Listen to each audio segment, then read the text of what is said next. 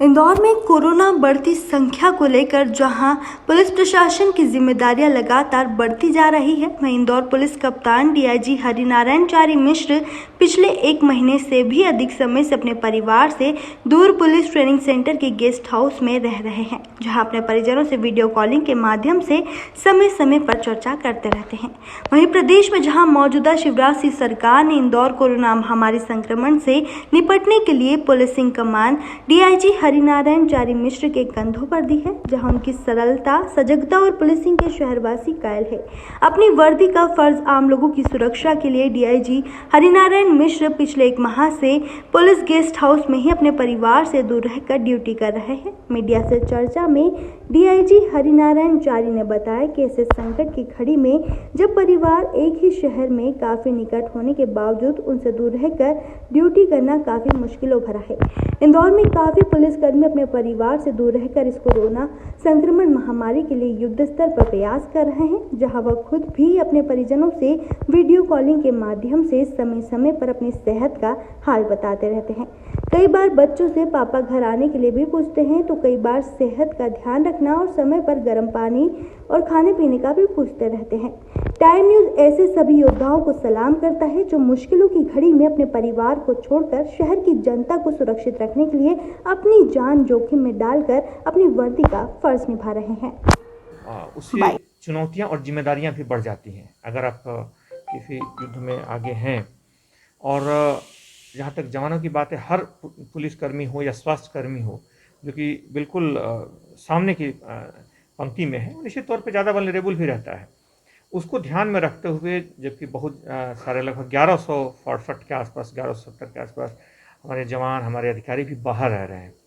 और उसका उद्देश्य ये है कि बाहर रहने के बाद अगर कोई खुद कहीं संक्रमित हो तो अपने घर के लोगों को, जो जुड़े लोग हैं, उनको संक्रमित ना करें, वो बिल्कुल ठीक ढंग से कर सकें। क्योंकि जिस तरह की चुनौतियां हैं, जिस तरह की ड्यूटीज हैं, जिस तरह आप अलग अलग तरीक़ों से, विभिन्न तरीक़ों के लोगों से, सैकड़ों लोगों से रोज़ इंटरेक्ट करते हैं, इसमें ज़रूरी हो जाता है कि आप भी उन चीज़ों को, उन सावधानियों को रखें जो कि हम दूसरों को बताते हैं।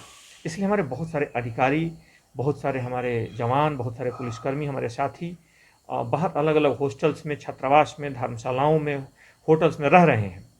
और इसके लिए पर्याप्त बंदोबस्त भी किया गया है। उनके स्वास्थ्य परीक्षण की भी व्यवस्था की गई है ताकि वो अच्छे स्वास्थ्य परीक्षण से, अच्छे संसाधनों से युक्त होकर के बेहतर मनोबल के साथ, ऊंचे आत्मविश्वास के साथ कार्य को कर सकें। और निश्चित तौर पे हम सभी लोग जो कि एक ही तरीके का काम कर रहे हैं, तो उन चीज़ों को, उन प्रोटोकॉल्स को हमारे लिए भी पालन करना अनिवार्य है। सर, आप पिछले 1 महीने से बाहर हैं घर से और यहाँ गेस्ट हाउस में रुके हैं। बच्चे किस तरह का सवाल पूछते हैं, घर से किस तरह की बातें होती हैं, और भी कई परिजन कॉल करते हैं। दरअसल इसमें महत्वपूर्ण बात यह है कि आप एक ही शहर में हैं, एक ही जगह पे हैं कुछ, और फिर भी बच्चों से दूर हैं। तो ये इस तरह की परिस्थिति है जो सबके लिए पहली बार आई है। इस तरह की परिस्थिति पहले किसी के लिए पैदा नहीं हुई, इस तरह की चुनौती भी पहले किसी के लिए पैदा नहीं हुई, तो सबके लिए अप्रत्याशित है। लेकिन निश्चित तौर पे इन चीज़ों को, इन जिम्मेदारियों को हम ठीक ढंग से कर रहे हैं। और अब हमारे सामने बड़ी चुनौती है, इससे बड़ी चुनौती है इस शहर को कैसे इस समस्या से मिल करके हम लोग एक साथ लड़ें और इस चुनौती से निपटें।